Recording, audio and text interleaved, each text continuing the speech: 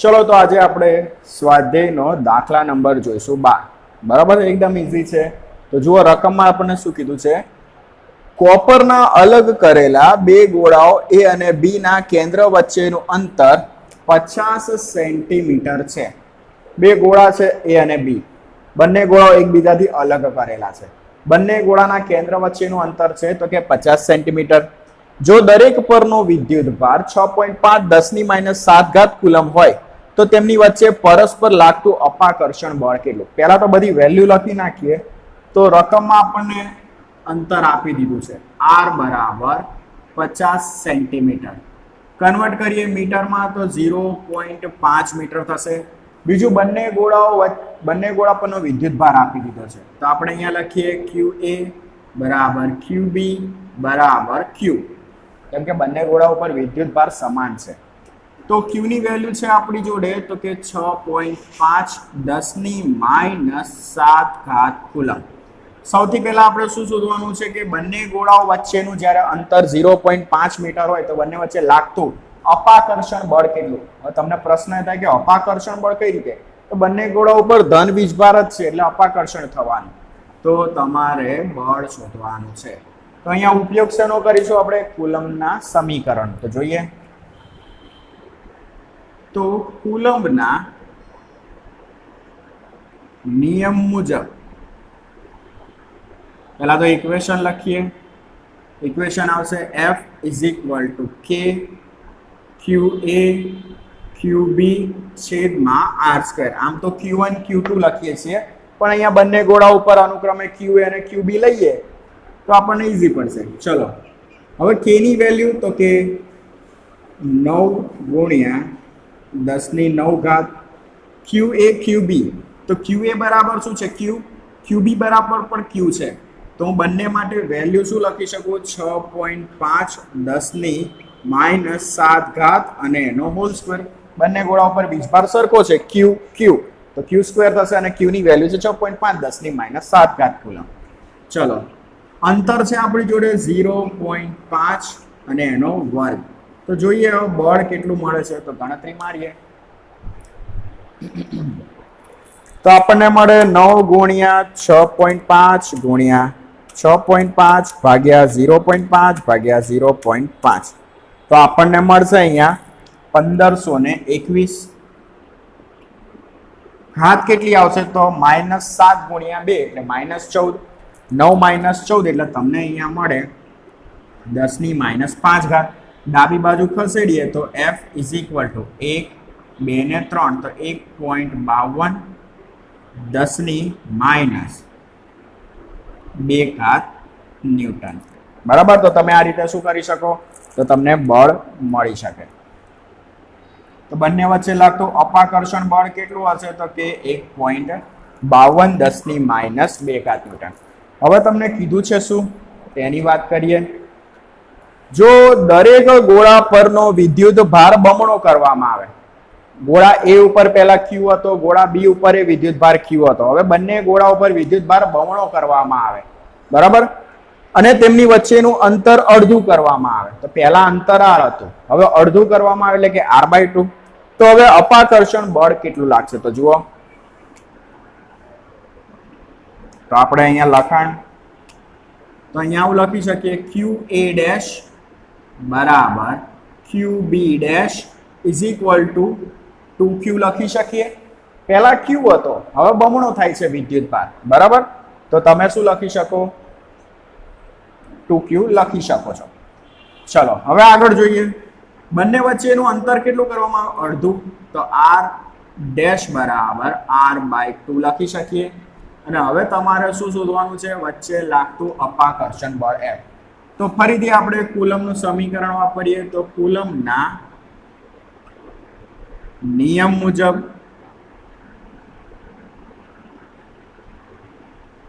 તો આપણી જોડે ઇક્વેશન થશે અહીંયા F' = K QA' QB' /r' નો હોલ સ્ક્વેર. પણ આપણને ખબર છે QA' QB' શું છે? 2Q છે. તો K 2Q × 2Q R dash ની વેલ્યુ કેટલી છે r/2 તો અહીંયા લખી દઈએ r/2 અને એનો હોલ સ્ક્વેર તો k * 4q², બરાબર r/2 નો હોલ સ્ક્વેર છે તો શું થશે r²/4 છેદનો છેદ અંશમાં જશે તો અહીંયા પણ 4 છે તો 16kq² છેદમાં r² થશે. હવે અહીંયા જુઓ થોડા ફેરફાર કરીએ. qa બરાબર શું છે q છે, qb બરાબર પણ શું છે q, તો આને હું આ રીતે લખી શકું કે kq²/r², આને કહી દે સમીકરણ નંબર 1. હવે જુઓ kq²/r², kq²/r² બરાબર શું થાય f થાય તો અહીંયા f લખી શકું તો f' = 16, અહીંયા હું લખી નાખું f, કેમ સમીકરણ 1 પરથી, બરાબર. ચલો f ની વેલ્યુ છે આપણી જોડે 1.52 10 ની -2 તો 16 ગુણ્યા 10 બરાબર. f ની વેલ્યુ કેટલી છે 1.52 તો 16 ગુણ્યા 1.52 10 ની -2 બેનો ગુણાકાર કરીએ તો 16 ગુણ્યા 1.52 તો આપણને મળશે 24.32 10 ની -2 તો f' બરાબર આપણને મળશે 0.24 ન્યૂટન. ઓકે,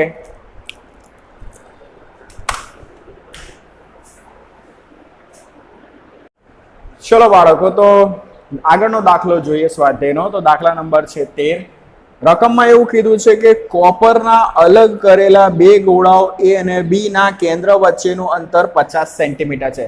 હવે થોડી ઘણી રકમ છે ને આગળનો જે દાખલા નંબર 12 હતો એના જેવી જ છે, બરાબર, બહુ ફેર નથી. ફેર ક્યાં છે તો હવે જો દરેક પરનો વિદ્યુત ભાર 6.5 10 ની -7 કુલમ હોય, ધારો કે બંને ગોળાઓ સમાન માપના છે. બંને જે ગોળાઓ છે એ અને બી બંનેનું પરિમાણ કેવું છે સમાન છે. હવે જુઓ કહાનીમાં ટ્વિસ્ટ. ત્રીજો તેમના જેવો જ પણ વિદ્યુત ભાર રહિત ગોળો પ્રથમ ગોળા સાથે સંપર્કમાં લાવી ત્યારબાદ બીજા ગોળા સાથે સંપર્કમાં લાવી તે બંનેથી દૂર કરવામાં આવે છે. સમજો કે પહેલા ગોળો એ હતો, એના સંપર્કમાં ગોળો સી લાવવામાં આવ્યો, બરાબર. ત્યારબાદ ગોળા સી ને ગોળા બી સાથે સંપર્કમાં લાવીને દૂર કરવામાં આવે છે. હવે એ અને બી વચ્ચે અપાકર્ષણ બળ કેટલું? તો સૌથી પહેલા આપણે આકૃતિ દ્વારા સમજીએ. પહેલા એવું હતું કે ગોળો એ અને ગોળો બી બંને એકબીજાથી કેટલા અંતરે હતા 50 સેન્ટીમીટરના અંતરે, બરાબર. હવે બંને ગોળા ઉપર વિદ્યુત ભાર સમાન છે 6.5 10 ની -7 કુલમ. હવે શું કરવામાં આવે છે તો કે જે ગોળો એ છે, ગોળા એ ના સંપર્કમાં ગોળો સી લાવવામાં આવે છે. હવે જે ગોળો સી છે ને એ કેવો છે વિદ્યુત ભાર રહિત છે, એટલે કે એના ઉપર કોઈ વીજભાર નથી. તમે વીજભાર શું કરી શકો 0 લઈ શકો. તો જુઓ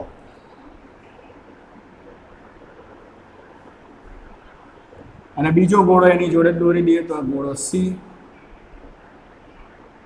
હવે તમે જુઓ કે ગોળો એ અને ગોળો બી હવે તમે જુઓ ગોળો એ અને ગોળો સી બંને એકબીજાના સંપર્કમાં છે.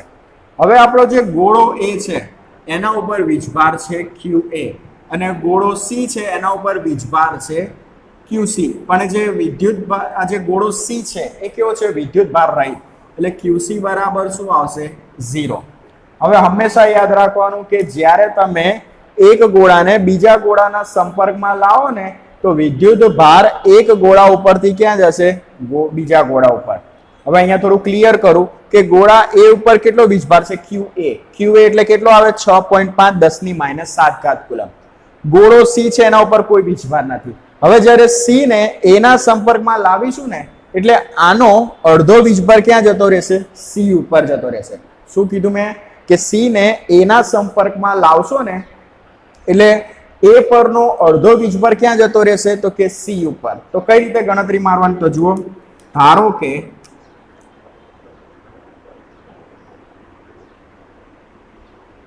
ગોળા એ અને સી પર વિદ્યુત ભાર અનુક્રમે QA અને QC છે. હવે આગળ લખાણ લખીએ. આ બંને ગોળાને એકબીજાના સંપર્કમાં લાવતા બંને ગોળા પરનો વિદ્યુતભાર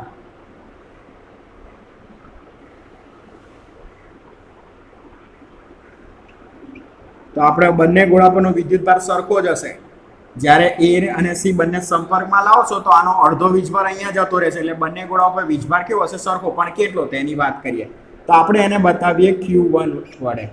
તો ગોળા A પરનો વિદ્યુતભાર વત્તા ગોળા C પરનો વિદ્યુતભાર અને ભાગ્યા આપણે શું કરશું? 2 કરીશું. તો Q1 બરાબર ગોળા A પરનો વીજભાર છે QA અને QA બરાબર 6.5 10⁻⁷ વત્તા ગોળા C પરનો વીજભાર એ તો 0 છે ભાગ્યા 2 એટલે આપણને મળશે 6.5 10⁻⁷ છેદમાં 2. તો Q1 બરાબર આપણને શું મળશે? તો કે 6.5 ભાગ્યા 2 કરીએ એટલે આપણને કંઈક મળશે 6.5 ભાગ્યા 2 એટલે આપણને મળશે 3.25 10⁻⁷ કુલમ. આનો મતલબ શું થયો કે હવે જે ગોળો A અને ગોળો C છે બંને ઉપર હવે વીજભાર કેટલો થઈ ગયો કે 3.25 10⁻⁷ કુલમ. બરાબર. તો હજી આગળ એક માઇનોર એવું લખાણ લખીએ. હવે ગોળા A અને C પરનો વિદ્યુતભાર Q1 બરાબર 3.25 10⁻⁷ કુલમ. બરાબર. હવે આ જે ગોળો C છે કે જેના ઉપરનો હવે વીજભાર કેટલો છે? 3.25 10⁻⁷ કુલમ. અને હવે આ ગોળા C ને તમારે કોના સંપર્કમાં લાવવાનો છે? તો કે B ના સંપર્કમાં. તો જુઓ આપણો ગોળો B અને હવે ગોળો દોરીએ C. તો આ ગોળો B અને આ થશે C. તો ગોળા B પરનો વીજભાર તો એ તો કેટલો છે? 3.6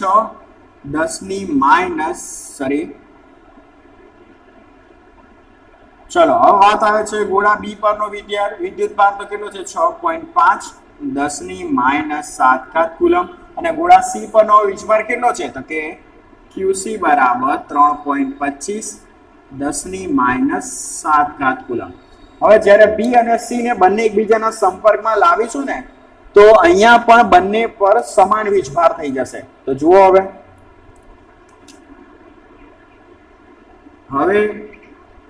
B અને C ને સંપર્કમાં લાવતા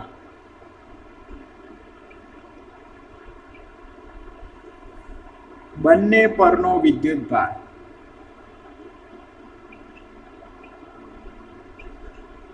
તો આપણે એના નામ આપી દઈએ Q2.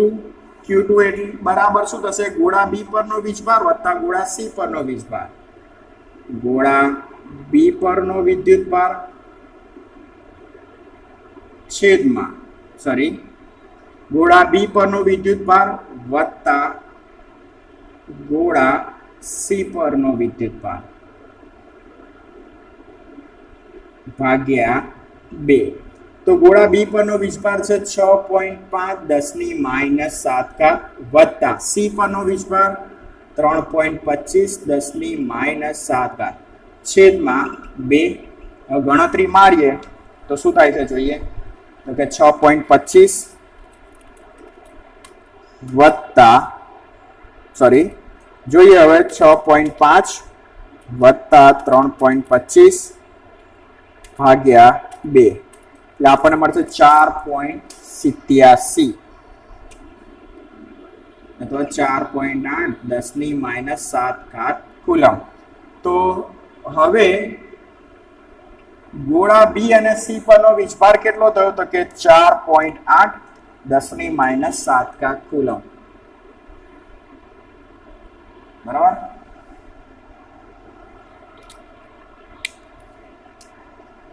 ગોળા